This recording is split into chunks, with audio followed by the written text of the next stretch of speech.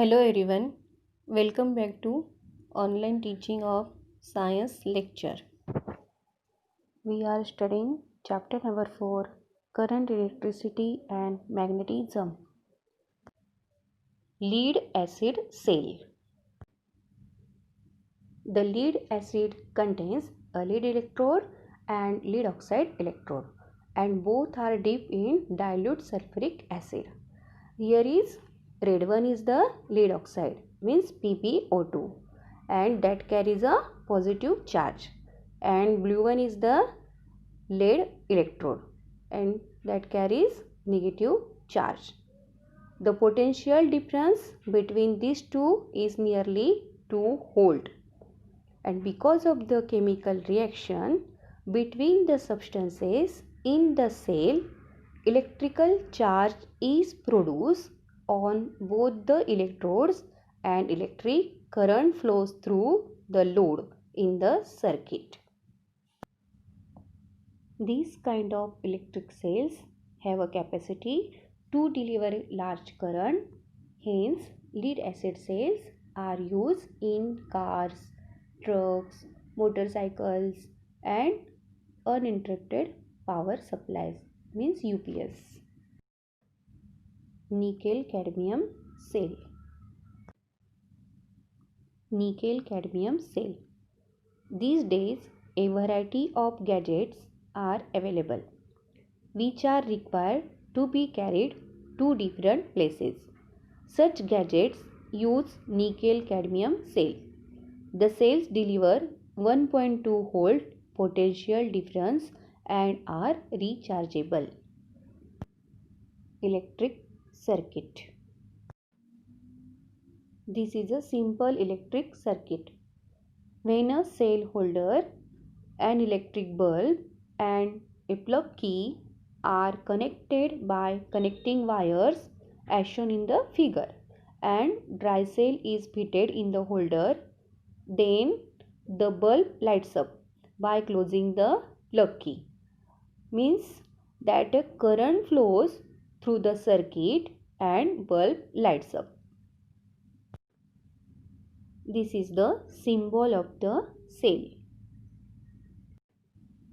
Connecting cells. You must have seen more than one electric cells connected in an electric circuit. See the figure A. In the transistor radio, 2-3 dry cells are seen to be connected in series. The purpose of doing this is to obtain more potential difference than that of a single cell. Therefore, it is possible to obtain higher current. If the cells are connected as seen in figure B, the connection of cells is known as a battery of the cell. In this series connection, the positive terminal of one cell is connected to the negative terminal of second cell, and the positive terminal of the second cell is connected to the negative terminal of the third one. Therefore, if each cell has a potential difference of 1 volt, the total potential difference of 3 cells will be 3 volt. Magnetic effects of electric current. Activity first. Take the inside tray of an used up matchbox. Place a small magnetic needle inside the tray. Now take a long connecting wire and wind it around the tray. Complete the electric circuit by connecting in it this wire, electric cell, plug key and a bulb as shown in the figure. Mark the position of the magnetic needle and take a bar magnet near to the magnetic needle. What do you observe? Keep looking at the needle and close the plug key. The bulb will light up and you will realize that the current has started flowing. You know that a magnetic needle is indeed a magnet. So you have seen that the magnetic needle changes its direction when a bar magnet is taken near the magnetic needle. Also, You have observed that the magnetic needle changes its direction when a current starts flowing in the circuit. This means that magnetic field is created when an electric current flows in a wire. Activity second, electromagnet. Take a meter long flexible copper wire having resistive coating and wind tightly on a long iron screw. Connect the two ends of the wire in a circuit as shown in the figure.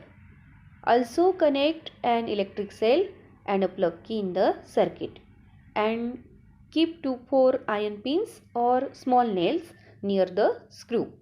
Now start the current in the circuit by plugging the key.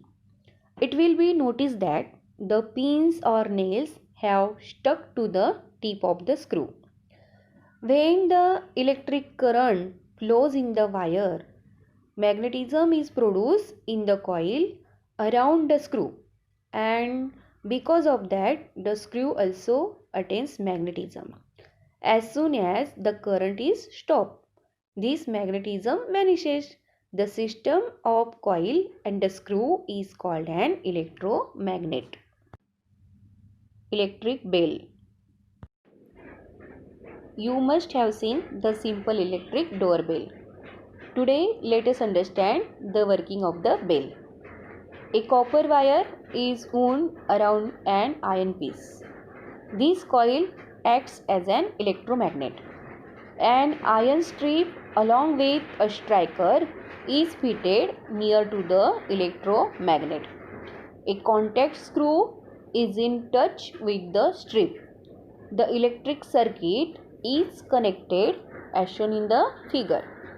The current flows in the circuit when screw is in contact with the strip, and hence the coil becomes a magnet and attracts the iron strip towards it.